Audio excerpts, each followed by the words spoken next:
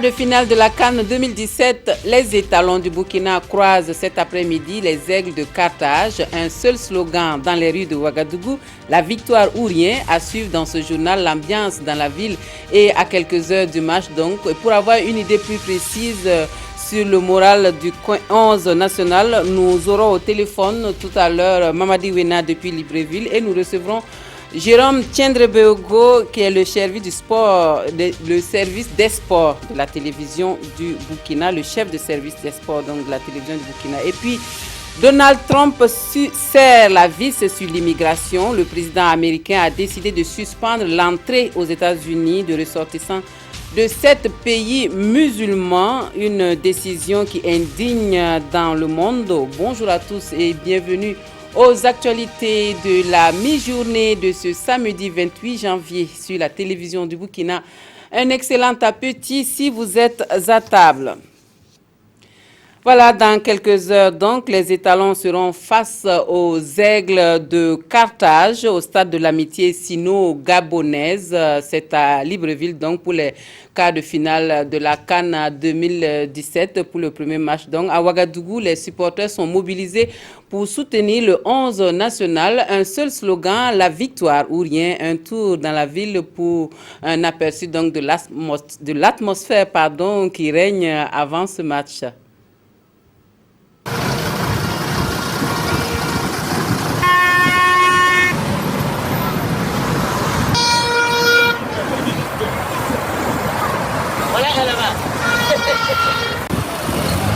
Tout un peuple derrière son 11 national.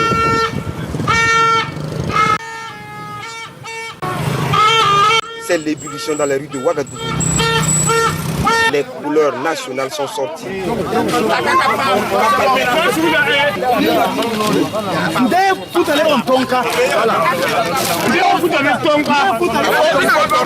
On a près de 1000 t-shirts qui seront distribués à travers la ville de Ouagadougou. Et d'ici là, nous allons parler dans presque tous les yards.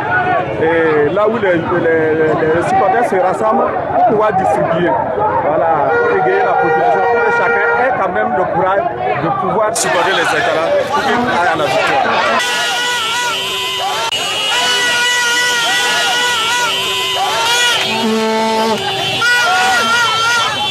À quelques heures du quart de finale entre étalons et aigles de Carthage, le seul slogan qui vaille, c'est la victoire ou rien. Si plaît à Dieu, les étalons vont se qualifier par le score de 2 buts à 1. Voilà.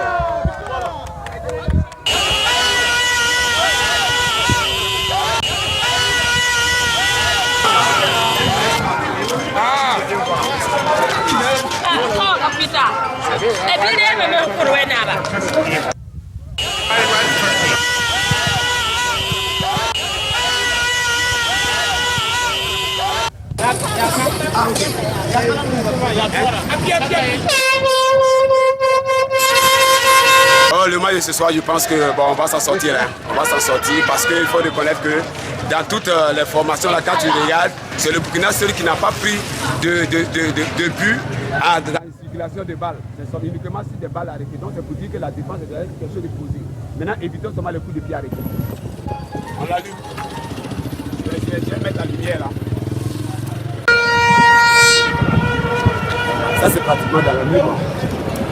J'espère que ce soir on va gagner. Si on gagne, c'est bon. C'est quoi on veut même.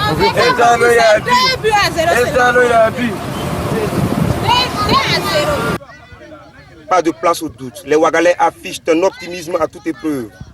Leur H, 16h temps universel, au stade de l'amitié sino-gabonaise. Voilà un reportage signé donc Jérôme Tiendrebeogo. Tout de suite, nous allons à Libreville où nous attend Mamadi Wena. Bonjour Mamadi. Mamadi Wena, bonjour. Visiblement, Mamadi Wena n'est pas encore prêt. Nous allons échanger avec Jérôme Tiendrebeogo qui est sur le plateau.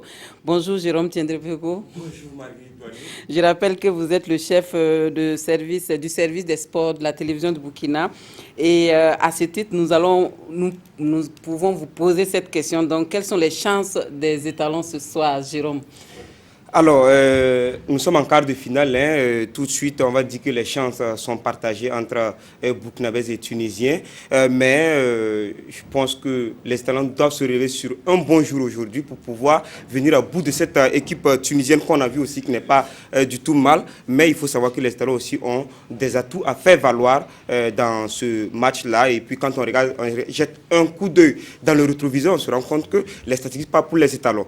La première rencontre entre les deux formations en phase finale de CAN, c'était le 21 février 1998 à la CAN chez nous ici, où les étalons avaient gagné au tir au but 8-7, pardon.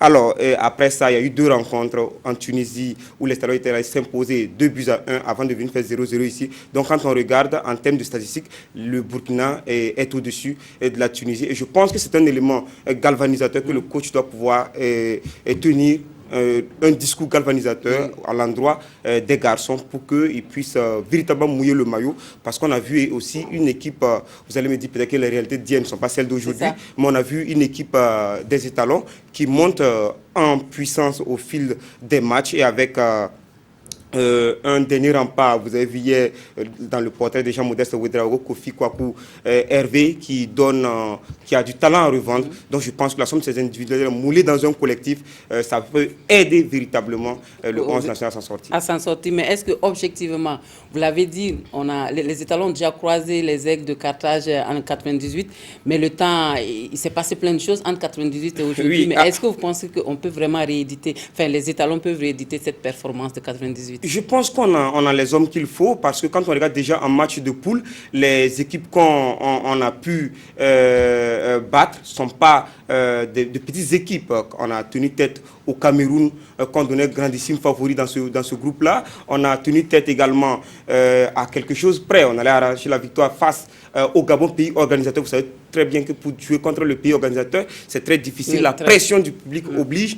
Alors, on a battu 2-1, une victoire sans appel, 2-0 face au Lycaon de Guinée-Bissau qui ont joué les éliminatoires, qui ont battu de grandes équipes pour arriver.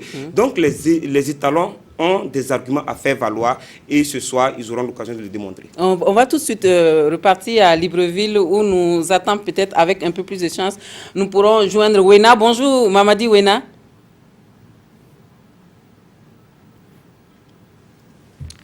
Alors Wena, si vous nous entendez, est-ce que vous pouvez nous dire rapidement dans quel état d'esprit se trouvent les étalons en ce moment, à quelques heures du match?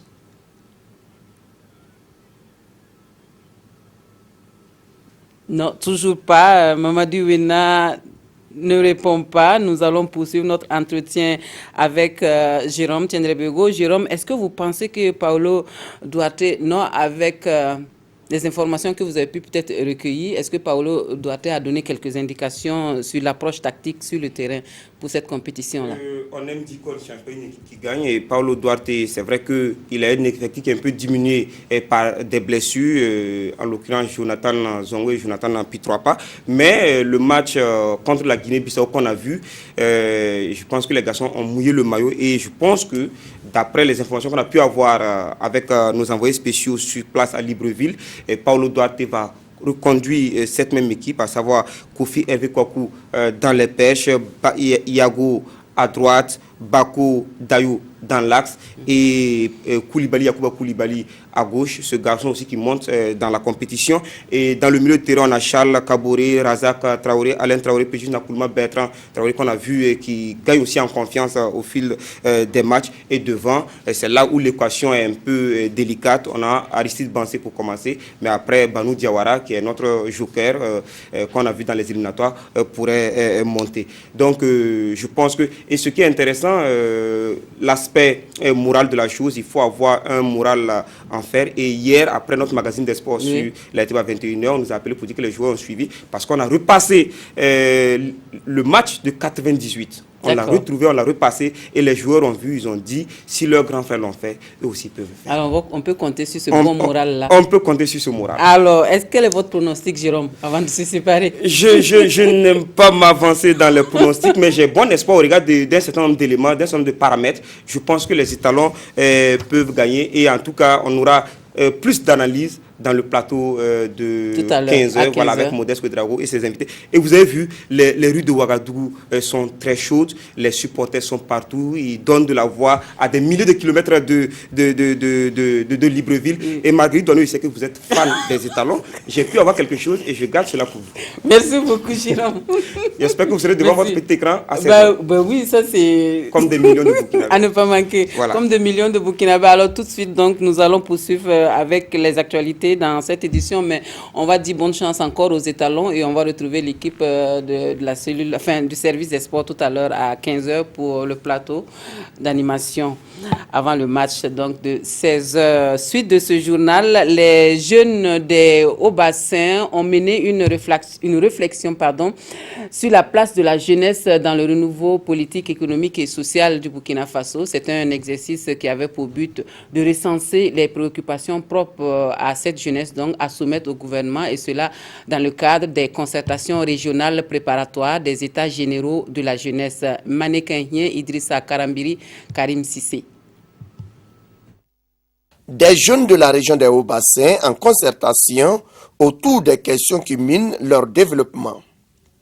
Il s'agit pour eux, au cours de cette rencontre, de faire part de leurs préoccupations et proposer des solutions. Les jeunes de la région des Hauts-Bassins, ce sont pratiquement les mêmes préoccupations que les jeunes des autres régions du pays. Naturellement, il y a les questions liées à l'éducation, à la formation, mais il y a également les problématiques liées à l'insertion socio-professionnelle de ces jeunes-là. Donc, de façon générale, ces préoccupations-là se résument à l'éducation, à la formation et également aux questions d'emploi, de chômage de ces jeunes-là. Les propositions qui sortiront de cette rencontre de Bobo Dioulasso pourront être prises en compte par le gouvernement en vue d'impliquer davantage la jeunesse dans le développement du pays. Nous avons demandé même à l'État burkinabé de sévir dans les cas d'incivisme. Parce qu'aujourd'hui, tant qu'on ne sévit pas, tant qu'on ne fait pas, tant qu'on ne prend pas des cas vraiment et qu'on sévit, la jeunesse ne va pas prendre conscience. Et moi, en tant que jeune, je suis prêt, lorsque je cause un cas d'incivisme, si on me sévit, je suis prêt à respecter cela. En rappel, cette rencontre se tient en prélude des États généraux de la jeunesse sur le plan national prévu pour fin mars 2017. À l'Est, agriculture et gestion des ressources naturelles était au centre d'une rencontre qui a réuni à Fadan Gourma les acteurs du monde agricole et des hommes de médias. Les échanges ont porté sur les enjeux de l'agroécologie et c'est l'association Nourrir sans détruire qui a initié ce cadre de partage d'expériences les 26 et 27 janvier dernier. Désiré Ilboudo, Mahamadi Ouedraogo.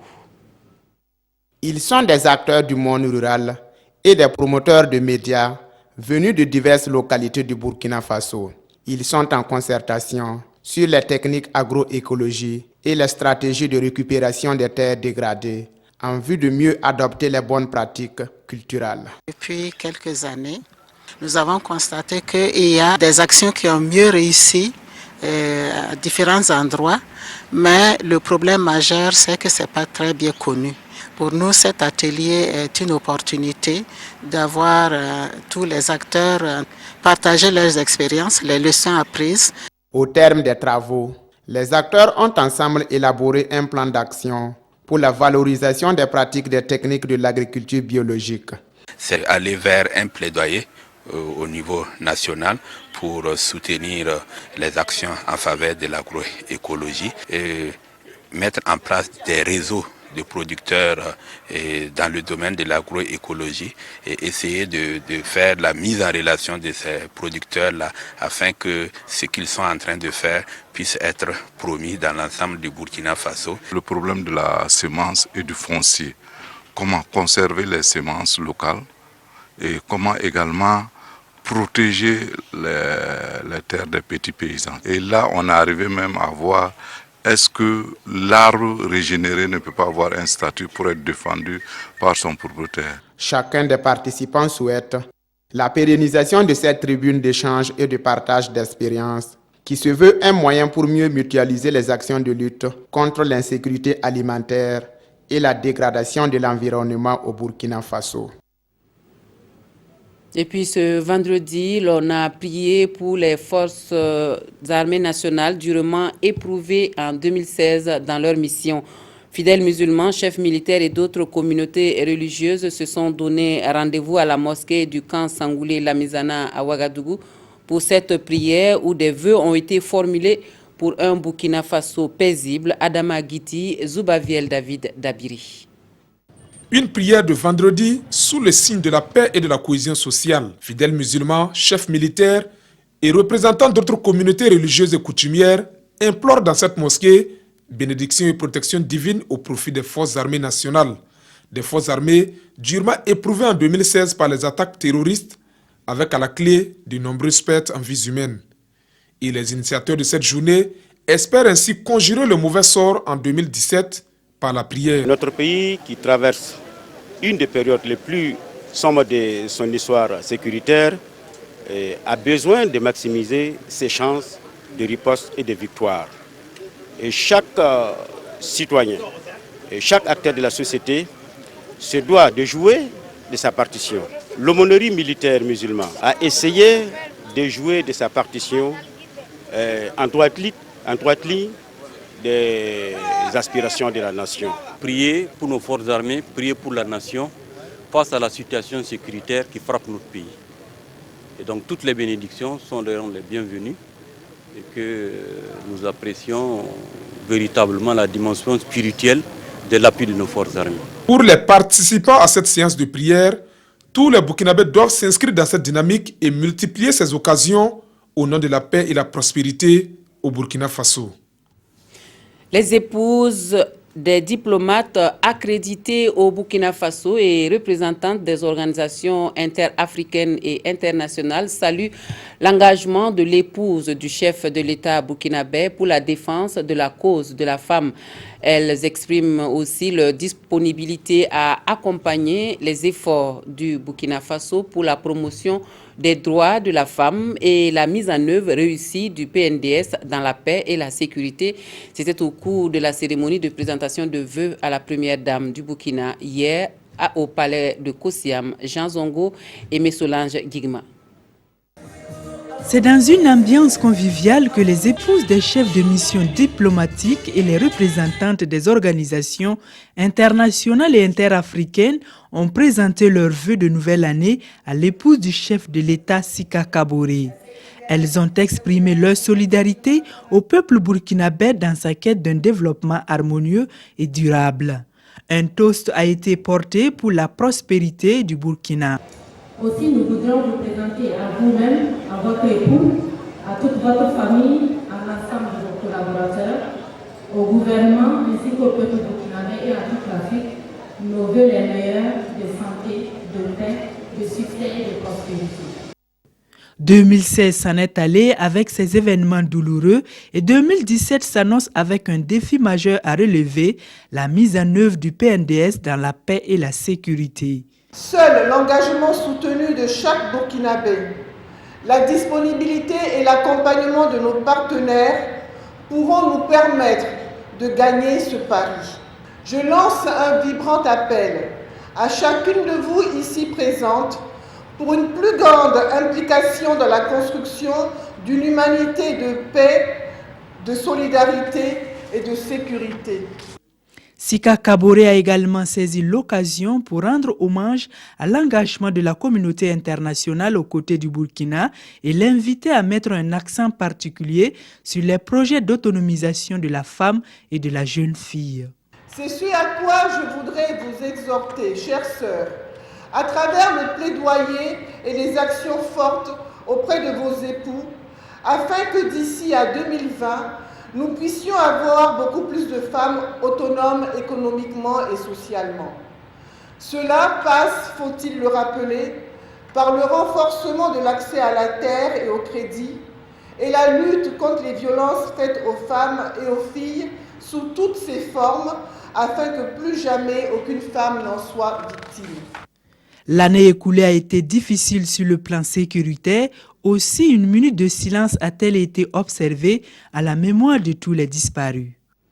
Et une sensibilisation par les images, c'est l'option de la Fondation Dezino qui a choisi comme support un film documentaire pour lutter contre la drogue. Elle espère ainsi toucher sa cible qui est la jeunesse et la tirer des griffes de ce fléau.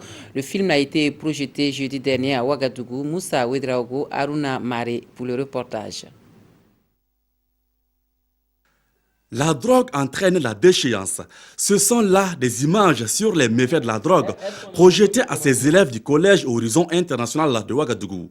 C'est le point de départ d'une campagne d'information et de sensibilisation sur les conséquences de la drogue en milieu scolaire. Nous avons fait une petite enquête de proximité et on s'est rendu compte que la problématique de la drogue en milieu scolaire est une réalité. Les élèves, c'est l'avenir de ce pays. Nous avons dit qu'il est bon qu'on s'organise et qu'ensemble, en synergie d'action, nous puissions accompagner les enfants. Pour la mise en route de cette campagne, l'UNICEF a apporté un soutien au Comité national de lutte contre la drogue. Une jeunesse saine pour une relève assurée, c'est la finalité de ce combat. Le monde, au fur et à mesure, il développe. En ce cas, les élèves ils peuvent atteindre les mal toxiques, les drogues, les cigarettes, facilement.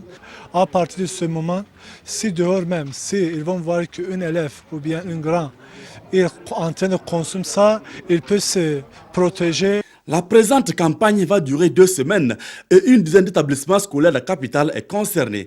Entre 2014 et 2016, plus de 400 élèves et étudiants ont été interpellés pour faire de drogue.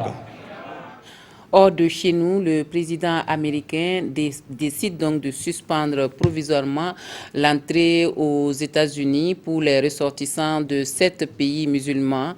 Donald Trump veut fermer la route aux radicaux, mais sa décision ne fait pas à l'unanimité, bien au contraire. Donald Trump veut faire barrage aux terroristes islamistes radicaux. Pour cela, le nouveau président américain a décidé de suspendre pendant 3 mois l'entrée aux États-Unis de ressortissants de 7 pays musulmans, dont l'Iran, l'Irak, la Libye ou le Yémen. Il a également gelé pendant 4 mois le programme d'accueil des réfugiés. Cette mesure concerne notamment les Syriens, qui sont plus de 18 000 à être entrés aux États-Unis depuis 2011. Dans la banlieue de Los Angeles, des musulmans expriment leur indignation. Les familles syriennes viennent aux États-Unis à cause des politiques étrangères conduites ailleurs dans le monde. Malheureusement, Trump n'en veut pas, mais des gens comme lui n'ont jamais connu des temps difficiles, la crise ou la guerre. Je suis pour une sécurité renforcée, dit cet homme. Je suis pour des processus de vérification qui soient légitimes, mais je suis contre le profilage racial, contre les préjugés. Réaction indignée aussi à New York, où une centaine de personnes ont formé une chaîne humaine devant le bâtiment qui abrite le département de la sécurité intérieure. Dans le camp démocrate, certains estiment que les décrets Trump sapent les valeurs et les traditions de l'Américain. Voilà, avant de se quitter, nous allons retenter de joindre Mamadi Ouena à Libreville. Bonjour Mamadi.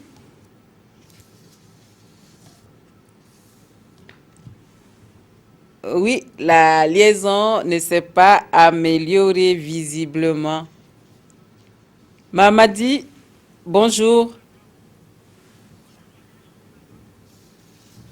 Toutes nos excuses pour cet appel téléphonique manqué. Nous avons fait ce que nous pouvons, mais les dieux de la technique ne sont pas de notre côté. Nous allons nous quitter tout en nous donnant rendez-vous tout à l'heure à 16h donc pour le match des étalons contre les Aigles de Carthage. Et on se quitte en images. Suivez cette ambiance dans les rues de Ouagadougou.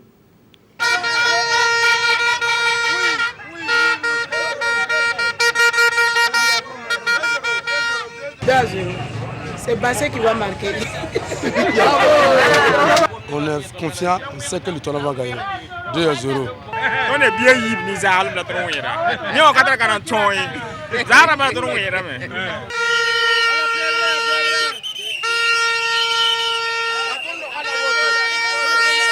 No kem kabe. Kupa la tonon dato bu kirondo. Kupa bilam taroko ga kupa. Tondu yimwe nu paka. Tu kene kwasiam. Pa ele ala de modogo 3-0 rundo. 3. Voilà. Aïe mam. Ton na we 2-0. Ana kuluma bi bébé abetra bi bébé yele na kuluma bi la par bi le rundo ana kuluma we bi 2-0 la même ni balla La wena songa te gagner. Wana coupe ka. Coupe ba la tonda de Burkina Faso ka no. Toni ndo wa même do wa na ka ye coupe kay. Pas il y a des Morgon 3-0 Rundo. 3.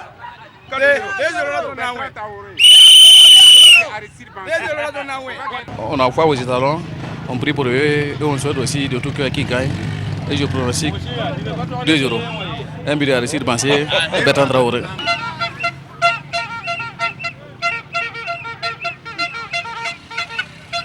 C'est 1-0 à partir de 85 minutes. 1-0. Ouais, 1-0 à partir de 80-85 minutes, on va marquer 1. Puis le ballon c'est fini. Padna Koulouba.